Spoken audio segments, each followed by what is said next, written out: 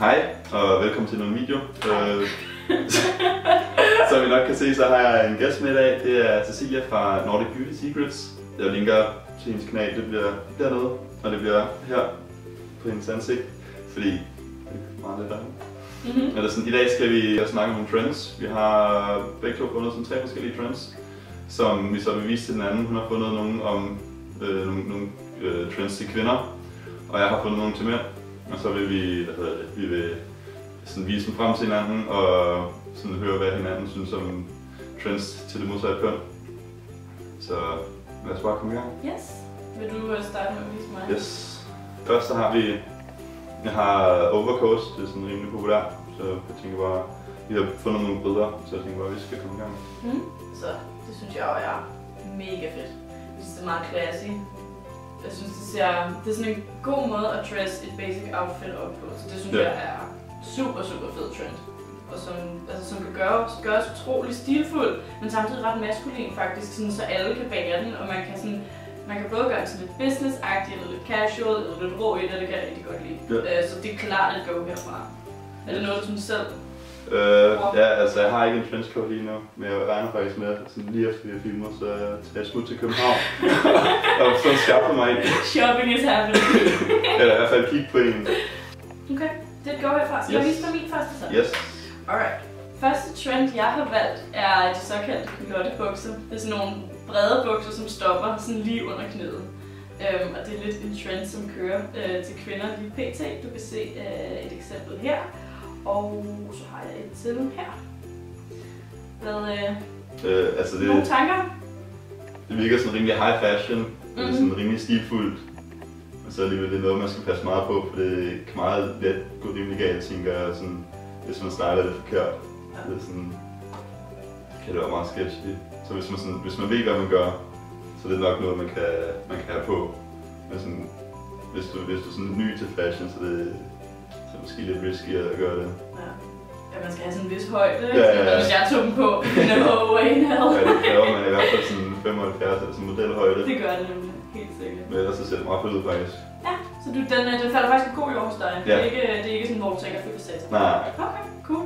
Fordi, altså, det troede jeg personligt, at den var noget, mænd bare ville tænke, niks. Altså personligt så er jeg kan godt se, at det kan se cool ud, men jeg kan bare ikke se, hvordan jeg nogensinde selv ville skulle bruge dem i hverdagen overhovedet. Så jeg synes, den er lidt svær, men... Ja, jeg synes, det er fedt nok, men igen, det er sådan noget, man skal passe på med. Ja, virkelig. Og så er det... Min næste ting, det er Yeezy Season 1. Det er både det tøj, Kanye West har stylet og designet, hvilket I sikkert har hørt om, for det er sådan været over det hele. Om man så hader det eller godt kan lide det, er der sådan en stor debat om.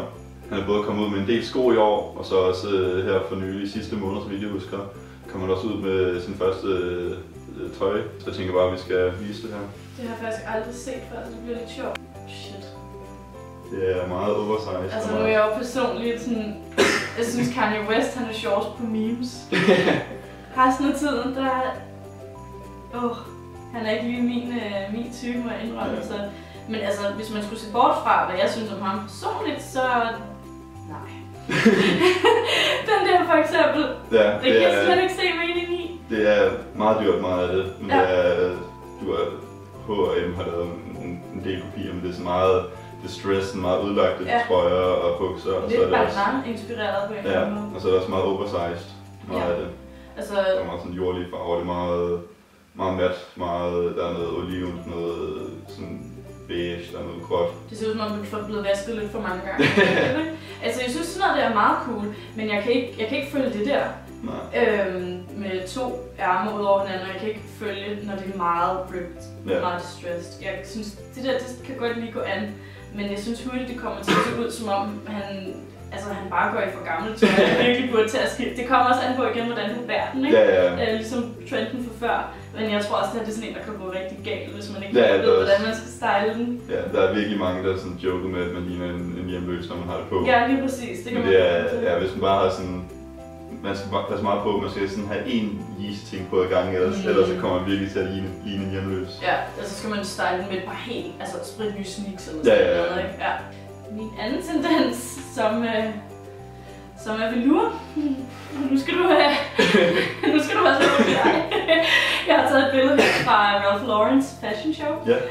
Med rød velour. Det kommer selvfølgelig sådan i meget juveltoner, mørke toner, mørkeblå, mørkegrøn, sådan nogle farver. Og så utrolig meget den her sæson velour på alt seriøst. Jakker, kjoler, bukser. Så jeg har 2 eksempler her. En på en kjole og en på et par bukser. Og synes du, er det sådan et fashion no-go, eller er det faktisk ok? Jeg synes, jeg vil ikke selv gå med velour. Det er sådan, jeg har set Kanye have et velour jumpsuit på, og det var... Nej, det var ikke lige mig. Men sådan til kvinder og til sådan nytårsfester og sådan, hvor det skal være lidt punk, hvor det sådan... For jeg har sådan en speciel skær, hvor det sådan glimter lidt og sådan noget, der synes jeg faktisk, det er meget fedt. Nogle gange, alt efter hvordan man startede, så synes jeg faktisk, det kunne være rimelig fedt. Så det er ikke helt af helvedes til. Jeg elsker, jeg er den største sokker på velour, det er frygteligt. Og jeg er så glad for, at den her trend er kommet frem, fordi jeg har bare købt alt muligt shit i velour. Fordi jeg elsker den her trend, og jeg synes også, den er fed til mænd, nemlig. Jeg kunne sindssygt godt se sådan en fyr med sådan en velour blæser, det tror jeg kunne være vildt sejt. Det har jeg faktisk set lidt også, ja. Det er rigtigt, det kunne være. Prøve sejt. Også hvis man synes, det er lidt meget at springe ud i, så vælger den i en mørk farve, måske en mørkeblå velour eller sådan noget. Det kunne være ret sejt, synes jeg. Men altså, jeg elsker velour trend, så det er totalt godt hos mig. Ja, altså hvis du ser vores lookbook på hendes kanal, så kan du se, at i hvert fald 2 outfits, der er velour med. What can you do?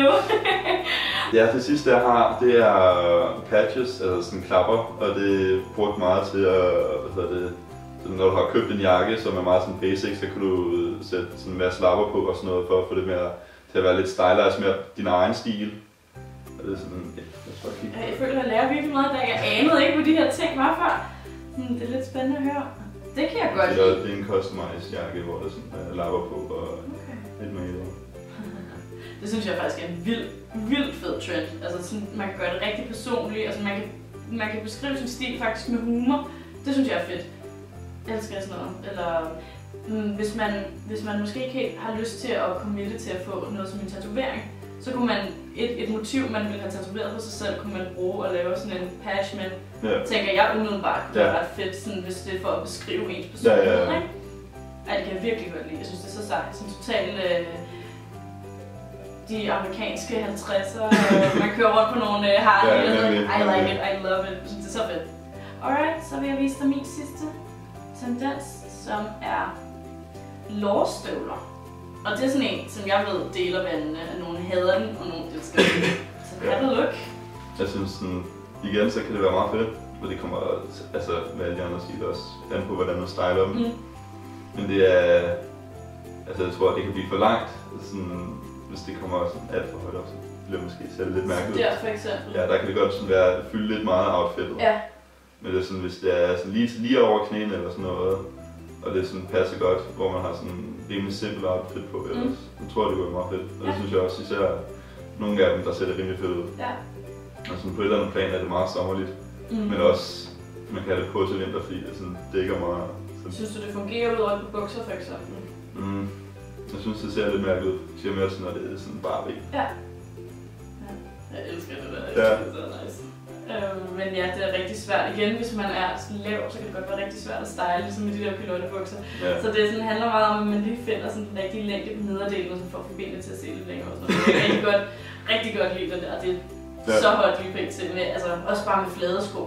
Man kan gøre det samme, som den der har gjort. Men det skulle da meget spændende lige sådan at tage temperaturen på, hvad der fyrene synes om trends. De trends, der kører i øjeblikket. Yes, jeg tror, det var det. Det var i hvert fald alle de trends, vi havde. Endnu en gang husk at gå ind på Cecilias kanal og tjekke vores lookbook ud. Jeps, vi lavede 3 julefrokost/fest outfits. Yes, vi havde 3 hver faktisk. Det er egentlig 6. Ja, det er faktisk meget godt. Og så husk selvfølgelig, hvis du kunne lide videoen, at give det thumbs up. Og skriv ned i kommentarerne, hvilke trends der er, om du kunne lide nogle af trendsene, og hvilken en er dine yndlings. Og der var en, du synes er sindssygt grim, måske også? Måske det. Hvad du synes om generelt. Og så måske, hvis du selv har en trend, som du synes er virkelig fed, som vi ikke nævnte, så kan du også skrive det ned i, og så vil vi selvfølgelig tjekke det ud. Det er altid fedt at kigge på nogle nye trends, hvis vi ikke selv kender dem. Helt sikkert. Fedt at blive inspireret. Det er internettets bedste inspiration. Men det var det. Så ses vi næste gang. Hej! Hej. Der købte jeg nogle Adidas tørkylder.